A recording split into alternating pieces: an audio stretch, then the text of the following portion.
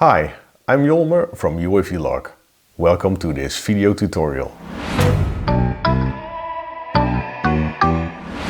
On this tutorial I'll show you how to manage your batteries. To be able to log your drone flights in UAV Log, it's necessary to have at least one UAV and one battery.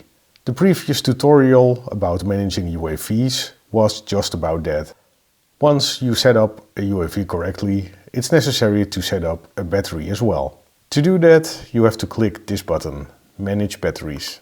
By clicking that button, it brings up the Manage Batteries interface. During signing up at UAV Log, one UAV is added to your account, as well as one battery. But since this is just fictive information, it's important to edit your first battery as well.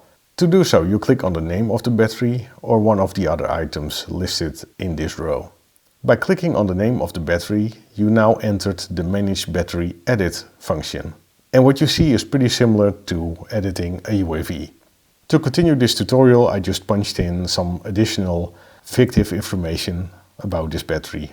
When you scroll down, there's also this field. It's called Cycles.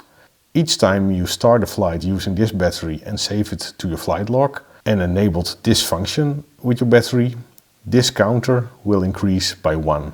With this option enabled, you can keep track of how many times a battery has seen flight.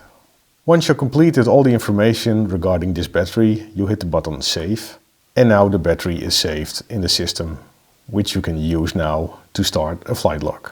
I hope you found this video tutorial helpful and interesting, but if you still have questions about UAV Log, then don't hesitate to contact us via the website or on social media.